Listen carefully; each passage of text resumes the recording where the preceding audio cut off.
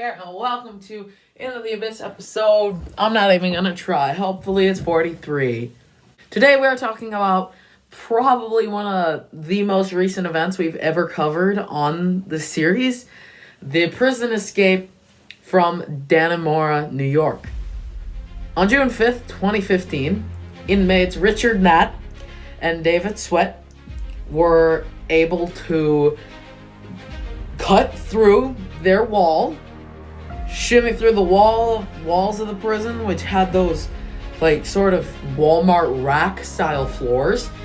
34-year-old David Sweat and 48-year-old Richard Matt, both convicted murderers, now gone without a trace from the Clinton Correctional Facility in upstate New York. They could be literally anywhere. We're leaving no stone unturned.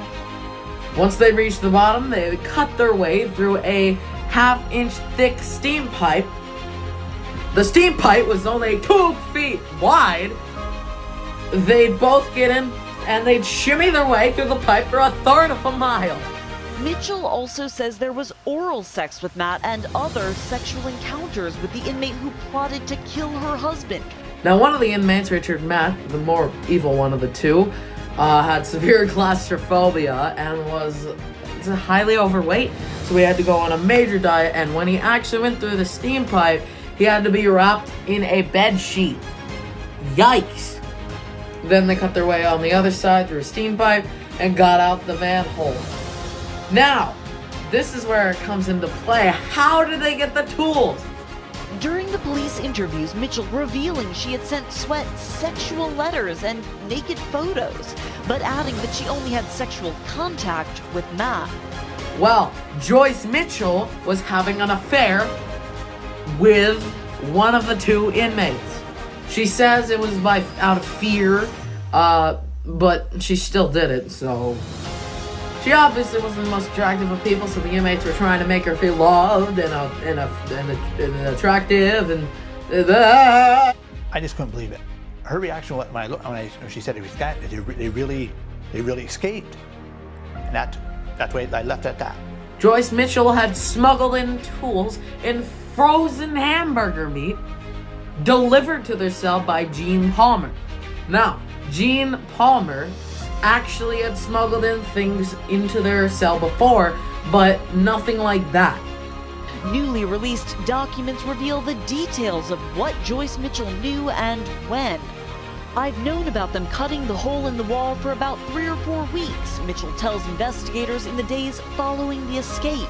He smuggled in art supplies, and he only thought he was smuggling in extra food for the inmates and had no idea that there was a hacksaw blade in the middle of them. Authorities say Joyce Mitchell planned to run off with the inmates after picking them up, but she never showed up, having suffered an anxiety attack. She was hospitalized that night.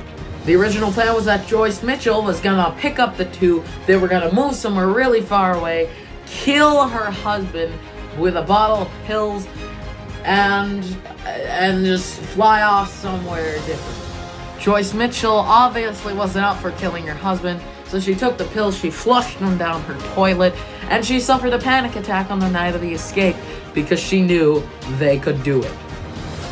So my wife when she turned her cell phone on, so, oh my God, she Matt and Sweat escaped. What? That's why I want the white troopers want us. After a 3-week manhunt, Richard Matt was shot and died because he had a cold and he was given away by a cop in the woods, and he had a gun, so he got shot by a cop. And the other was also shot by a cop but wasn't killed. He's in jail right now. Eat dirt and die. So that was the escape from Dannemora.